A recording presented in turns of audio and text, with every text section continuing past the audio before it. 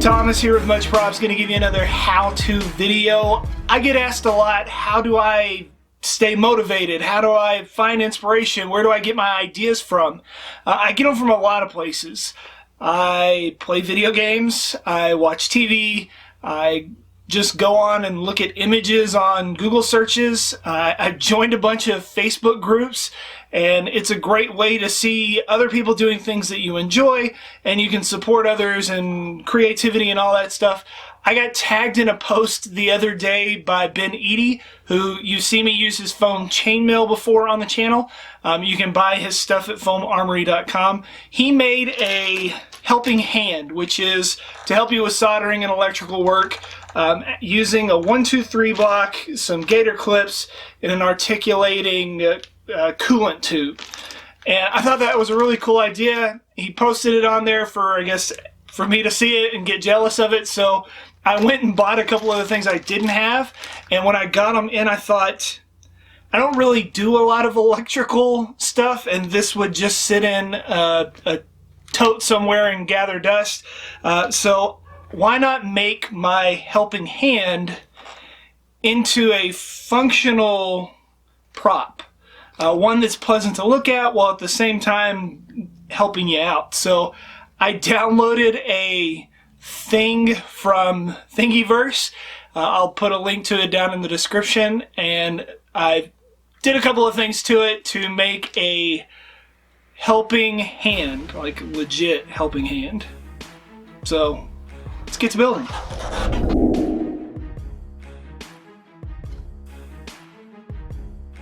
So this build starts off with me dusting off my 3D printer and reconfiguring it. I have an old DaVinci 123, which isn't the best, but I can get decent prints off of it. I don't typically use my 3D printer a lot, so I downloaded the 3D model from Thingiverse and printed it. The walls of the print were thin so that the print would go faster because I am impatient. To smooth out the print lines on my hand, I'm using some XTC 3D from Smooth On. It is a resin that fills in the lines and makes finishing 3D print parts a lot easier with less sanding. It's a 2-to-1 ratio of A to B, so I mixed up a small batch and slather it on. It takes almost 4 hours to fully cure. I patch up 2 holes on my print because this object was intended to be a charger base for a smartwatch. I use some thermoplastic just to fill the gap in.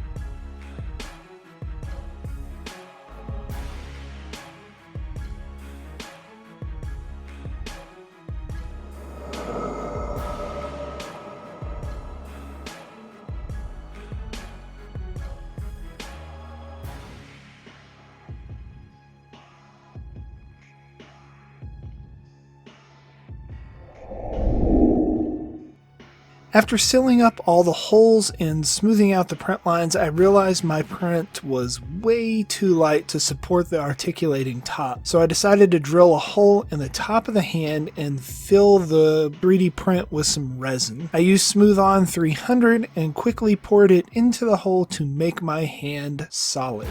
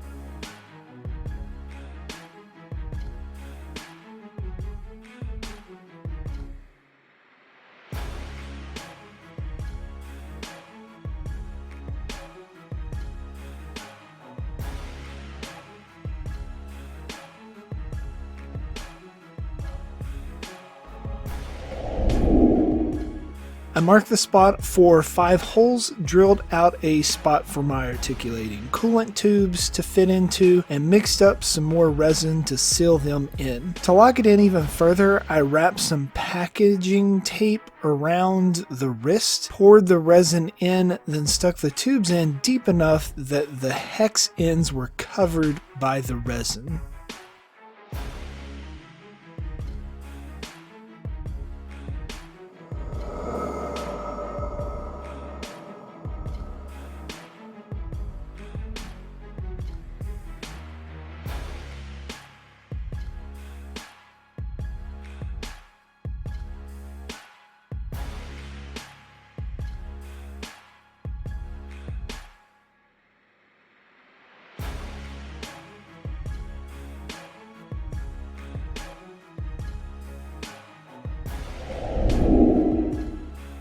I made a sheet of bolts, screws, and other random greeblies so that when I cast stuff like this, I can pour the excess resin into it. That way I don't waste any. These are some of those castings. I am going to use them as little details to make my thing into a robot hand. I drill out a few holes so that they're more securely connected and super glue them into place permanently.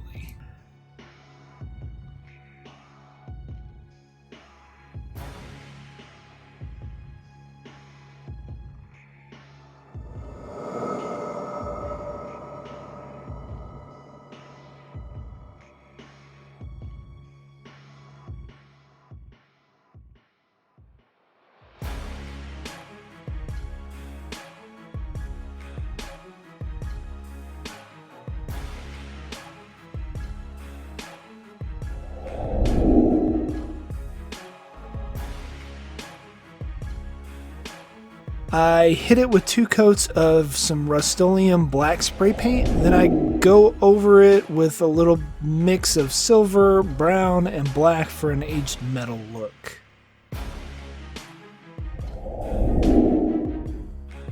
To cover up the screws and detail knobs so that they stand out a little more, I use some gold and silver acrylic paint pens. They are a little easier to control than a paintbrush for me, and they have pretty good coverage.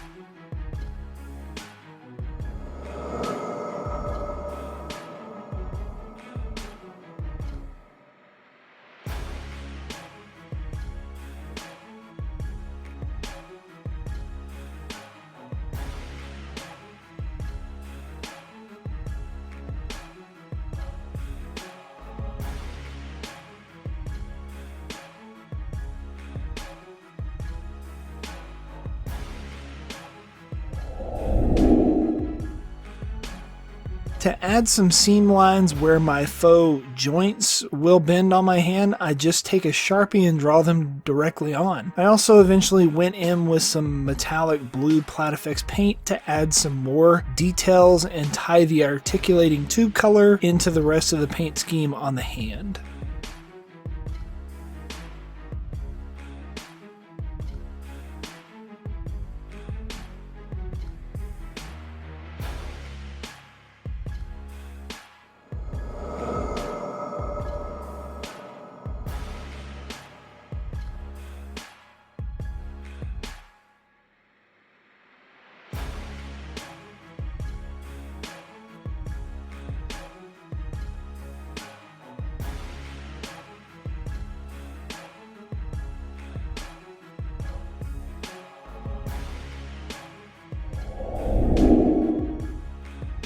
The coolant tube's tips get popped off so that I can stick in my alligator clips. I just friction fit them in just in case I need to replace them or position them for a better hold on a project. I found a small bullet shaped light that twists turns at Hobby Lobby. After some brainstorming, I figured out that it was a close fit on the underside of the tip. So I heat fused the parts in upside down by melting the plastic and then hot glued the bullet light into place.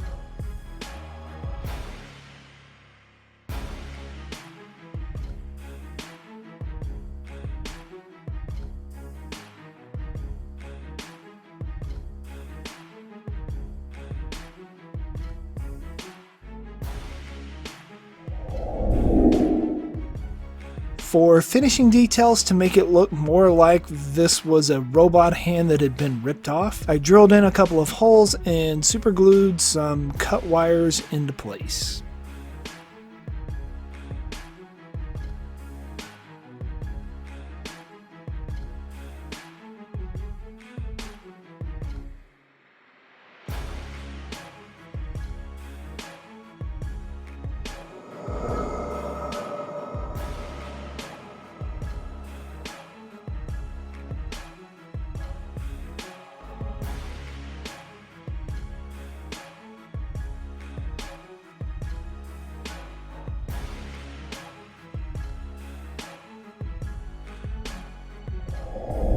And we are finished. Here is the end result. Overall, I think it turned out pretty cool. It's definitely going to be something interesting that's sitting off to the side. And while it is a cool looking prop, it's actually a functional one. These alligator clips obviously are used to help you hold wires and things as you're soldering. I found these little bullet lights at the craft store next to like the wedding supplies. I don't really know why it was there, but they just twist to turn on. I thought that was a cool little add-on, a little light to help you so you can see. And at the same time, figuring out that it fit inside the tip of the coolant tube turned in reverse was just by circumstance, by chance. So yeah, maybe you will try and make a helping hand like this yourself and impress your electrical friends with your ability to make something that is a tool, also a prop, and super helpful. I mean, probably. Maybe you'll get some. Yay! And inevitably, they're going to ask you, how'd you make that? You can give them one of these. Tell them, much props. I guess it can also help you grab the camera without having to get up out of your seat.